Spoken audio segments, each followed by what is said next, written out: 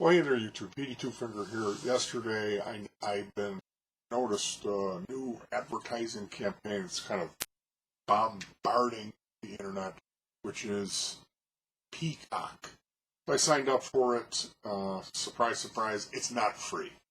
The advertising campaign, they say the word free. It's different clips of people in conversation saying, it's free, it's free, it's free, it's free, it's free, it's free. And then you sign up for it and you find out they want to charge. Now, there's two different tiers. I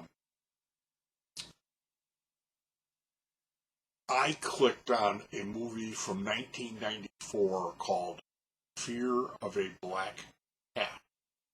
Fear of a Black Hat is a hip-hop or rap. If you've ever seen Spinal Tap, that movie that makes fun of a heavy metal band, it's a fake band, that's Fear of a Black Hat. Now, there was a couple of those movies that came out about around the same time or close to each other. One was called CB4. CB4 was terrible. There was nothing funny in CB4. Fear of a Black Hat was marginally better, if you could say that. There was two times where I almost smiled watching in Fear of a Black Hat. And both of these movies, like, how do you mess something like that up? I don't know. I really don't know. If you're looking for a movie that's actually funny, that deals with a similar type issue on race in media, that movie is Hollywood Shuffle, Robert Townsend's credit card funded masterpiece. Anyway,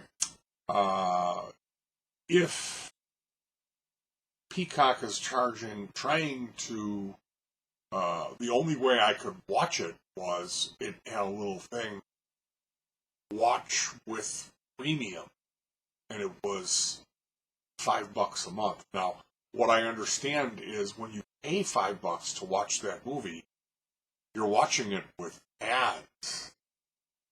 There's another tier. You have to pay twice that amount to get the content ad-free. So as we see the world changing, moving away from the way things used to be, where you had the family room with the television in it, there's really no need for that. Family doesn't get together in the same room. Everyone has got a little device that they're staring into. We've got our house set up with a really big computer screen in the middle of the room. So it's that same idea where if we watch something, we can both sit on the couch and watch it on a big screen. But we don't pay for it. Like, we stopped paying for our entertainment when the cable TV service got rid of their good deal package, which was $5 a month for basic cable. It didn't have any movie channels, but you've got like History Channel, Comedy Channel. There was a couple things in there that they gave you to make it not just the local broadcasting. So, yeah, we haven't had a TV for a mega long time. We used to use the Pirate Bay, and then they started cracking down on that. If you remember when Mad Max Fury Road, when that movie came out, that was when I stopped porn. And we switched over to using, we watch stuff on something called Pluto TV, which is just a website you go to. You don't need to give it your email address. You just go there. And it's set up like your old cable TV directory, where you would go to that channel 3 and it would show you, would scroll through painfully slow. Like you would turn it on and it would be on channel 5. You wanted to get to a channel 130. So you have to wait until it scrolled to see what was coming on next. Anyway, it's set up like that, but you can scroll. And they have a lot of B-movie, a lot of horror movie, a lot of cheesy content. It's stuff that I really like. They have a Riff Tracks channel. They have an MST3K channel. Then they have reality shows, stuff like Dog the Bounty Hunter, what have you. Pluto TV is cool, and I'll tell you what, the main problem with that is that the advertisements, you'll see the same ad over and over. And it's not as bad as regular TV, but it could be less for my taste. I heard with Peacock they have 5 minutes of television commercials per hour of stream. That seems good, but it depends on how they break it up, you know. I would rather have 5 minutes in 1 hour. Like, okay, the ad breaks on, it's going to be 5 minutes. Get up, use the restroom, get a little sip of something, you know, a little juice, a handful of my new favorite thing, goldfish. So, well, these ones are flavor blasted. So there's actually there might seem like there's actually some cheese in them. You know, I have a pitch shifter on my voice. So you're going to be like, you're well white to the table. So yeah, Peacock. We got to see.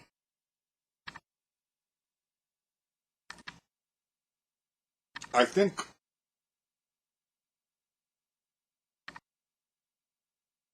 we're in a weird place right now where people are going to get really sick of paying a bunch of bills for little, you know, just jogging. It's only $5 a month. Well, all of that stuff adds up.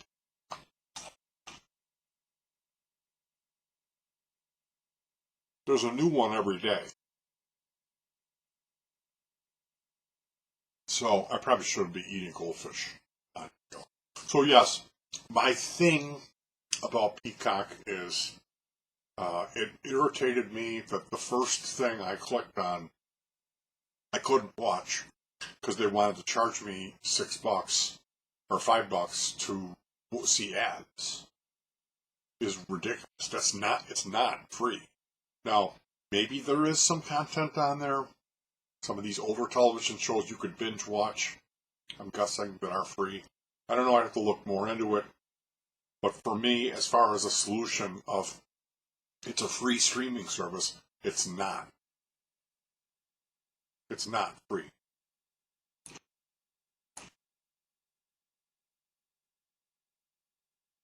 And the idea that there's all this content mixed in there that you can't watch unless you pay, that's what makes it free.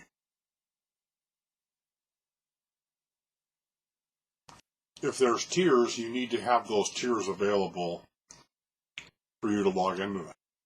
Meaning,